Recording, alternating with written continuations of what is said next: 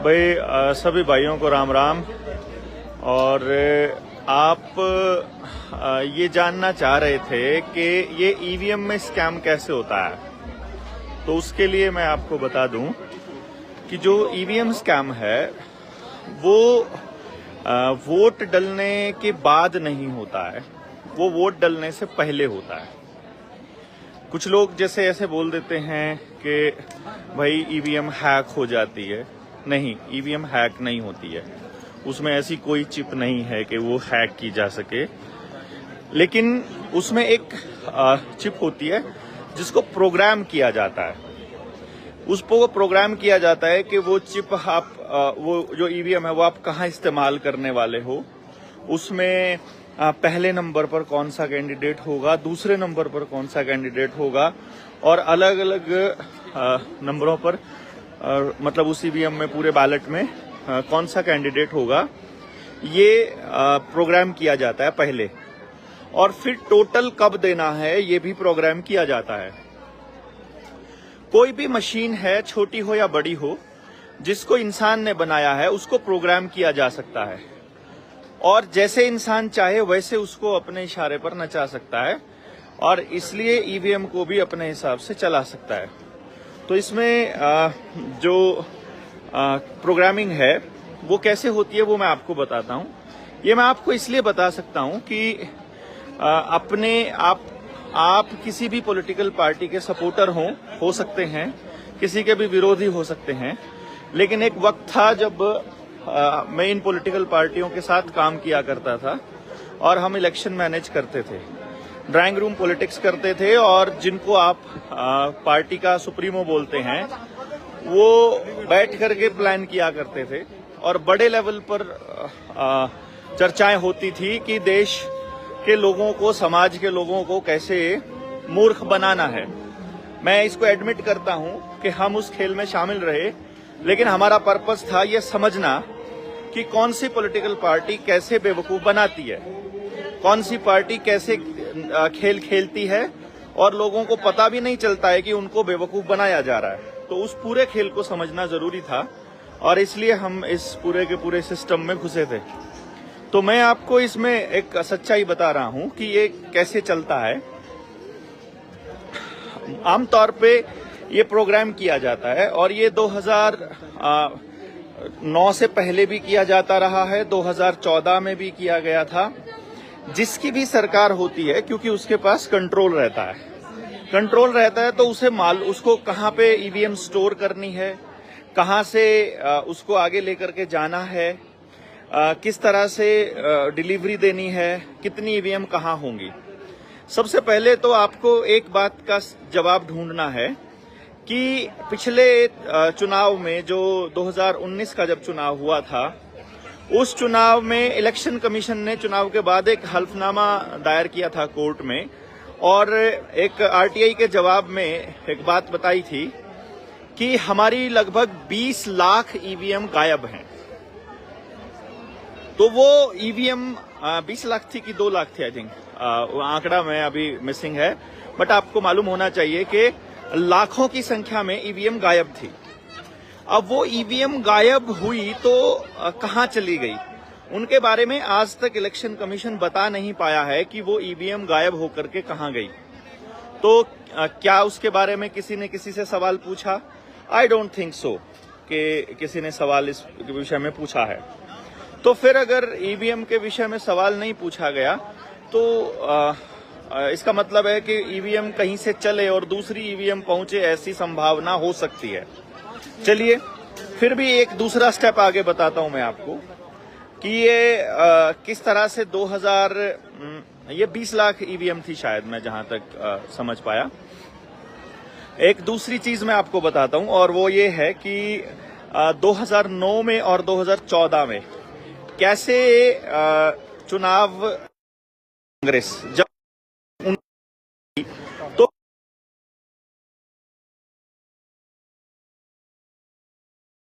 तो बता, अगर आपको साफ आ रही होगी आवाज, आई थिंक, तो मैं आपको 2009 का और 2014 का आंकड़ा बताता हूं कि वो कैसे हैक हुई थी। लाल कृष्ण आडवाणी प्रधानमंत्री पद के उम्मीदवार थे उस टाइम पर। लाल कृष्ण आडवाणी को जब प्रधानमंत्री पद का उम्मीदवार बनाया गया, उस वक्त देश की जनता में कंफ्यूजन था कि हम किसको वोट करें। कांग्रेस से लोग परेशान थे, बहुत बुरी तरह से परेशान थे, और इसलिए चाहते थे कि वो किसी और दूसरी पॉलिटिकल पार्टी को वोट करें। बट क्योंकि लाल कृष्ण आडवाणी एक स्ट्रांग कैंडिडेट नहीं थे, लोगों के चहेते नहीं थे, लोगों का एक फेवरेट चेहरा नहीं थे, तो इसलिए उनके लिए कैंपेनिंग भी बीजेपी ने नहीं की थी। तो इसलिए क्या है कि वहाँ कंफ्यूजन में लोगों ने वोट किया। किसी ने कांग्रेस को वोट किया, किसी ने बीजेपी को किया, किसी ने क्षेत्रीय पार्टियों को किया, और ये वोटिंग जो है वो डिवाइड हो गई। और जब भी वोट्स डिवाइड होती हैं तो जो सत्ताधारी दल है उसकी हिसाब से प्रोग्राम की हुई ईवीएम्स उसके हिसाब का रिजल्ट देती हैं। रिजल्ट क्या होता है ये मैं आपको सारे के सारे चुनावों की बात बता देता हूं कि जो सत्ताधारी दल है वो हर बूथ पर लगभग 100 वोट का घपला करता है। कैसे करता है वो? और ये इतना बढ़िया घपला होता है कि किसी को मालूम भी नहीं पड़ता है। सबसे पहले इनके जो सत्ताधारी दल के जो लोग हैं वो अपने वर्कर्स को बोलेंगे कि सबसे पहले वोट आपने करनी है। सबसे पहले मतलब सुबह सुबह जाकर के 7 बजे 6 बजे लाइन में लग जाओ और सबसे पहले अपनी वोट भुगता दो, जिसने भी सत्ताधारी दल को वोट पड़नी होती है। जब वो सारी वोट पड़ जाती हैं तो सारी वोट पड़ने के बाद अब 500 के करीब का आंकड़ा कभी ना कभी दोपहर तक छू जाएगी वो मशीन। आमतौर पे हर बूथ पर लगभग 1000 वोट होती हैं, किसी पर 1200 भी हैं, किसी पर 800 भी हैं, लेकिन ये पक्का है कि 600 से ज्यादा है। जहां है ही 500 लोग, वोट ही 500 है, अगर किसी गांव में तो बात अलग है, अदरवाइज ये हो जाता है। तो 500 के बाद अगली 100 वोट सत्ताधारी दल को पड़नी तय है, और वो जो 100 वोट पड़ेंगी वो असल में उसकी दल की नहीं होती हैं, क्योंकि जो उस दल को पड़नी होती हैं सत्ताधारी को वो पहले ही पड़ चुकी हैं। अब किसी और दल की वोट, चूंकि वो अलग अलग दलों की वोट हैं, तो किसी की 20 कम होंगी, किसी की 30 कम होंगी, किसी की 40 कम होंगी, और जो जिसकी कम हुई है उसे पता नहीं चलेगा। ऐसे केसेस आपने पिछले कई चुनावों में देखे होंगे जहां खुद कैंडिडेट के परिवार के वोट भी कैंडिडेट को नहीं मिले। यानी उन्होंने बताया कि यार हम 17 लोग तो एक ही परिवार के थे, जो चुनाव लड़ रहा था उसका अपना वोट भी उसे नहीं मिला, 0 वोट उसको मिले, ये आपने देखा ही होगा। तो ये अगर वो 500 प्लस की रेंज में आएगा तो वो वोट उसे नहीं मिलेगा, ये तय है। किसी और पार्टी को नहीं मिलेगा, सिर्फ उसी पार्टी को मिलेगा जिसकी सरकार है। तो जो 2009 में जनता का कंफ्यूजन था उसकी वजह से यूपीए के, हालांकि यूपीए कांग्रेस को बहुत कम सीटें मिली थी, उसके बाद भी यूपीए की सरकार बनी, क्योंकि सारे के सारे दल जो हैं वो इकट्ठे होकर के वही जो हालात 2009 में बन रहे थे वही हालात आज 2024 में बन रहे हैं कि वोट जो डिवाइड हुई हैं उन डिवीजन की वजह से आज लगभग बराबर के लेवल पर दोनों के दोनों गठबंधन आ गए हैं। और अब जो ज्यादा पैसे लगा करके खरीद पाएगा, जो जितनी बढ़िया कॉम्प्रोमाइज करवा पाएगा या कर पाएगा, जितनी बढ़िया डील दे पाएंगे, जो लॉबिंग होगी, वर्ल्ड इकोनॉमिक फोरम का जहां से आदेश आएगा, देखिए ऊपर से आदेश आता है, ना नरेंद्र मोदी के बस की बात है, ना राहुल गांधी की बस की बात है, किसी की औकात नहीं है अपनी मर्जी से यहां सरकार बना ले। लॉबिंग की एजेंसी जहां जिसको कहेंगी उनको इशारा आ जाएगा। अभी सेंसेक्स में लगभग 50 लाख करोड़ रुपया आम पब्लिक का डूबा है। इसको आप समझिए कैसे होता है कि बाजार ये समझ रहा है कि अगर सरकार बीजेपी की नहीं आ रही है तो गौतम अडानी डूब रहा है और गौतम के पैसे डूब रहे हैं, और ऐसा करके बाजार धड़ाम से गिर गया। तो ये तो चलो दूसरी बात थी, लेकिन ईवीएम पे बात करते हैं। यही सीन 2014 में होना था, लेकिन कांग्रेस की खिलाफत के लिए हवा बनाने में अन्ना के नाम पर जो आंदोलन लड़ा केजरीवाल ने, जिसको असल में आरएसएस ने फंड किया था, जिसको स्वामी विवेकानंद फाउंडेशन की तरफ से ये चला था, वो सारा का सारा जो बीजेपी का बनाया हुआ खेल था, उसमें अरविंद केजरीवाल को दिल्ली की सरकार का झुंझुना पकड़ा दिया गया और उसके बाद उस जो कांग्रेस के खिलाफत से जो हवा बनी थी, उस हवा में अडानी का पैसा लगा करके सारे न्यूज चैनल्स के ऊपर एक हफ्ता लगता है, मैं आपको बता रहा हूं। अभी भी अगर आप गौर करेंगे 2024 के चुनाव में, तो बीजेपी के खिलाफ हवा बनने में सारे न्यूज चैनल्स पर कुछ खबरें और एक हफ्ते का समय लगा है। एक हफ्ते में हवा इधर की उधर पलट गई, ये आपने अभी अभी देखा है। तो इसलिए इस खेल को आप थोड़ा सा नजर बनाए रखेंगे तो इजी रहता है। तो बीच बीच में हम आपको आकर के बताते रहते हैं, इसलिए आपको मालूम पड़ता रहेगा। अब जब वो हर बूथ पर 100 वोट की गड़बड़ हो गई है, तो आपके पास लगभग एक विधानसभा में 200 के करीब बूथ होते हैं।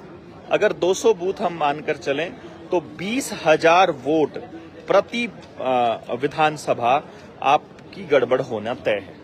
यानी कि अब मैं ये आपको विधानसभा का आंकड़ा दे रहा हूं कि विधानसभा में यदि आपको जीतना है तो आपको 20,000 से ज्यादा मार्जिन से जीतना पड़ेगा।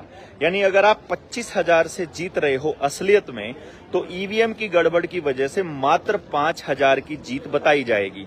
और यदि आप 15,000 वोटों से जीत रहे हो तो ईवीएम की गड़बड़ की वजह से आप 5,000 वोटों से हार जाओगे। और अगर आप नेक टू नेक फाइट में लगभग 20,000, 19,000 या 21,000 से जीत रहे हो तो 500 या 1,000 का ही डिफरेंस रहेगा। और यही कारण है कि इतनी खिलाफत होते हुए भी, बीजेपी के खिलाफ मैंडेट होते हुए भी, समाज का एक भी तबका नरेंद्र मोदी को पसंद नहीं कर रहा था। केवल कुछ अंधभक्त और गधे किस्म के लोग थे जिनको इतनी भी अक्ल नहीं थी कि उनके बच्चों को बर्बाद करके, नशा दे करके, उनका सत्यानाश करके, मतलब कोई भी सरकार अगर देश का भला कैसे कर सकती है। सिर्फ उन लोगों ने इस पार्टी को सपोर्ट किया या जिनके वेस्टेड इंटरेस्ट इसमें शामिल थे। मतलब किसी का ठेका शामिल था या कोई पद पे बैठा हुआ था या लालच में था, उनको छोड़ दीजिए आप। पूरा समाज इनकी खिलाफत कर रहा था और इसके बावजूद भी अगर ये फाइट में है तो इसका मतलब बहुत बड़ा खेला हुआ है। और इस वक्त भी जबकि सारे नतीजे आ जाने चाहिए थे, अभी खेल क्या चल रहा है, जहां सारे न्यूज चैनल्स 294 का आंकड़ा दिखा रहे हैं, आगे हैं, वहीं पर यह काम हो रहा है कि जहां पर बीजेपी आगे है वहां गिनतियां तेजी से चल करके नतीजे घोषित किए जा रहे हैं।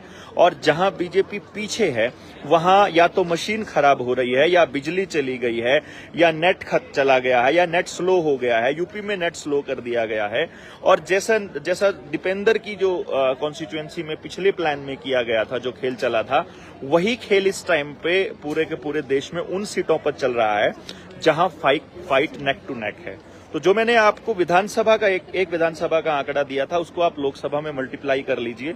वहां फिर हर बूथ पर 100 की बजाय आप 50 वोटों से भी आप इसको कंफर्म कर सकते हैं। अब चूंकि जो सत्ताधारी दल है उसका जो नारा था वो 400 पार का था, तो देश के जो लोग हैं वो ये सोच करके खुश हो रहे हैं कि इनकी 400 पार नहीं हुई है। हालात कैसी है, कितनी कमाल की है देखिए।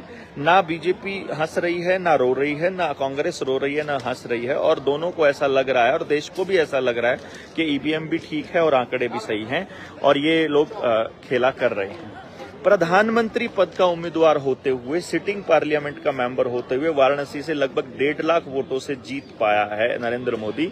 इससे आप उसकी लोकप्रियता का अंदाजा लगा सकते हैं।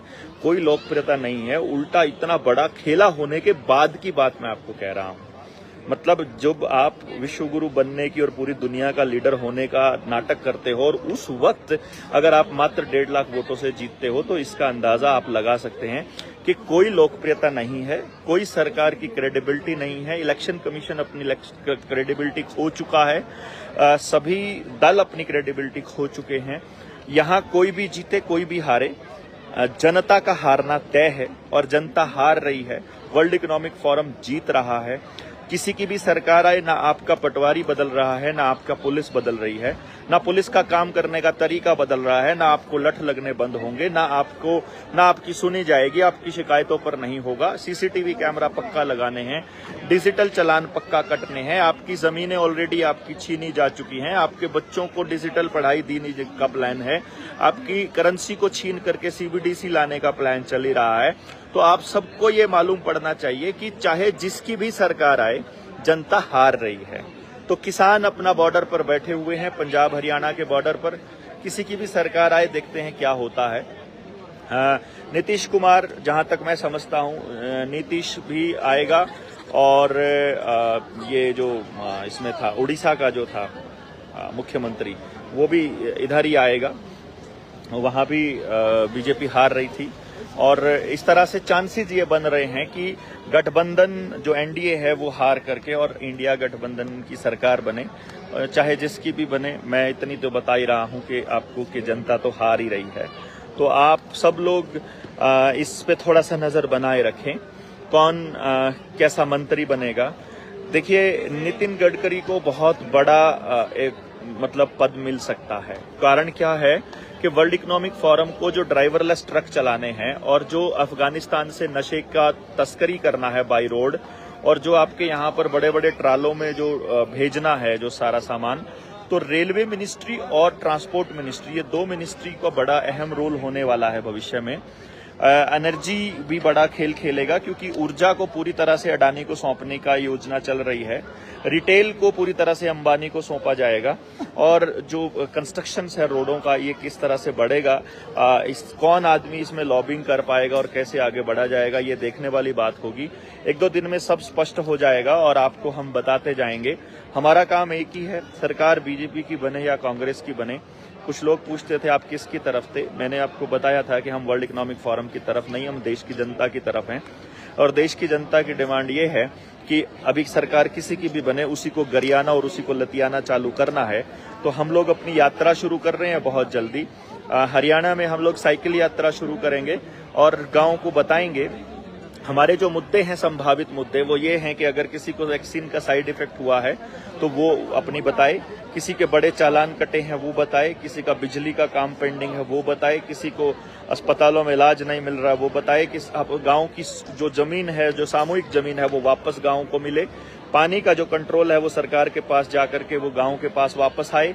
जल जंगल जमीन और जानवर वापस गांव के पास आए। शिक्षा, स्वास्थ्य, न्याय, राजनीति और खेती, इनमें से पूंजीवाद का खात्मा कैसे किया जाए, और गांव के अंदर ग्राम स्वराज को कैसे मजबूत किया जाए, ग्राम सभा को कैसे मजबूत किया जाए। इन्हीं सारे मुद्दों के ऊपर लंबी चर्चा करने के लिए एक एक गांव में जाकर लोगों को समझाने की योजना है। देखते हैं कहां तक हम कर पाएंगे, लोग कितना साथ दे पाएंगे। हमारे पास बाहुबल भी नहीं है, हमारे पास पैसे भी नहीं है, हमारे पास हिम्मत, हौसला और समझ है। उसी के सहारे हम 2.5 साल तक सरवाइव कर गए और उसी के सहारे आगे चलने वाले हैं। हमको जो डंडे पड़े थे और गैर कानूनी तरीके से हमको जेल में भेजा गया था हमारे साथियों को, ये मुद्दा भी हम अपना उठाने वाले हैं। और हर पॉलिटिकल पार्टी के उस आदमी से जवाब मांगा जाएगा जो लॉकडाउन के दौरान चुप था और जिसने सवाल नहीं खड़े किए और जिसकी वजह से लोगों का धंधा चौपट हुआ। अगर वैक्सीन के साइड इफेक्ट से किसी की डेथ हुई है तो उसके लिए कौन जिम्मेदार होगा, और जिम्मेदार आदमी को क्या सजा मिलनी चाहिए, और उसके लिए कितना मुआवजा और कौन देगा। इन सब सवालों के जवाब लेने के लिए हम आपके बीच आएंगे और इस यात्रा में चलेंगे। उम्मीद है कि आप सब लोग साथ देंगे। मैक्सिमम लोगों तक पहुंचाने के लिए वीडियो को शेयर कीजिए और लोगों तक पहुंचाइए। बाकी सब चैनलों के ऊपर आपको कबाड़ मिलेगा, कौन जीत रहा है, कौन हार रहा है, विश्लेषण इस तरह से नहीं मिलेगा। तो आप सभी लोग आगे बढ़िए, और जो भी तमगा, टाइटल भाई, टाइटल होता है इसका मतलब, तो आप सभी लोग मैक्सिमम लोगों तक पहुंचाइए बात को। हम फिर आपसे रूबरू होंगे, तब तक के लिए शब्बा खैर। कल हम सुबह 10 बजे, या कल इन द सेंस आज अगर 4 तारीख है तो कल 5 तारीख को सुबह 10 बजे हम लोग भिवानी पहुंच रहे हैं। उसके बाद शाम को हम लोग बठिंडा में होएंगे, और बठिंडा के बाद फिर हम किसान आंदोलन में होएंगे, और फिर इस तरह से ये यात्रा कॉन्टिन्यूसली जारी रहेगी। जल्दी ही कैथल में हम एक ट्रेनिंग प्रोग्राम यात्रा से पहले करने की योजना बना रहे हैं। तो आप सब लोग अगर दूर दूर से हैं तो कैथल वाली ट्रेनिंग में अगर 500-700 लोग आते हैं तो बहुत अच्छा रहेगा। तो मैक्सिमम लोग उसी में आने की कोशिश कीजिएगा, क्योंकि फिर अगली ट्रेनिंग हम यात्रा के बाद करने की योजना बना रहे हैं। तो जनता सरकार मोर्चा के साथियों से कनेक्ट होते रहिए। अपने अपने जिले में जो लोग हैं उनसे मिलिए। फेसबुक पर जो पेजेस हैं उन पे मिलिए। निडर इंडिया चैनल है यूट्यूब का, उसको सब्सक्राइब करके और लोगों तक पहुंचाइए ताकि लोग ज्यादा से ज्यादा जागरूक हो सके। आपका बहुत बहुत शुक्रिया शेयर करने के लिए और जुड़े रहने के लिए। और ईवीएम में वाकई में घोटाला है। ईवीएम स्कैम अगर नहीं होता तो ये लोग 50 भी टपने वाले नहीं थे। इनको जूते पड़ रहे थे, इनके गांव में कोई घुसने नहीं दे रहा था, इनसे बात कोई नहीं कर रहा था और इनके पास कोई योजना नहीं थी। सबसे बड़ी बात है, प्रधानमंत्री के पास हिंदू मुसलमान का गोबर गंद मतलब उछालने के अलावा कोई योजना नहीं थी। और आपने इनके सपोर्टरों को देखा ही होगा, ये भी कबाड़ ही कर रहे थे। और उल्टा राहुल गांधी तो हर घर में 1 लाख रुपया देने की बात कह रहा है, बल्कि औरतों को देने की बात कर रहा है। घर तोड़ने में बहुत अच्छा योगदान रहेगा इस योजना का, महालक्ष्मी योजना का। और बाकी मैं आपको इसके धीरे धीरे, अगर सरकार बनती है कांग्रेस की तो उनकी योजनाओं की पोल खोलेंगे, और अगर बीजेपी की बनती है तो उनकी खोलेंगे। असल में योजनाएं इनकी है ही नहीं है, योजनाएं ऊपर से आती हैं और ऊपर बैठा है वर्ल्ड इकोनॉमिक फोरम। तो वर्ल्ड इकोनॉमिक फोरम के गुलामों की सरकार आपको मुबारक हो। आप जिसके भी सपोर्टर हैं, आप सपोर्टर ना रहेंगे, जब आप अपने लिए सवाल उठाना शुरू करेंगे, आपके बच्चों के लिए सवाल उठाएंगे, तो मुझे लगता है वो सबसे बेहतर रहेगा। उसी दिन की कामना में और उसी दिन के लाने के लिए हम लोग दौड़ रहे हैं।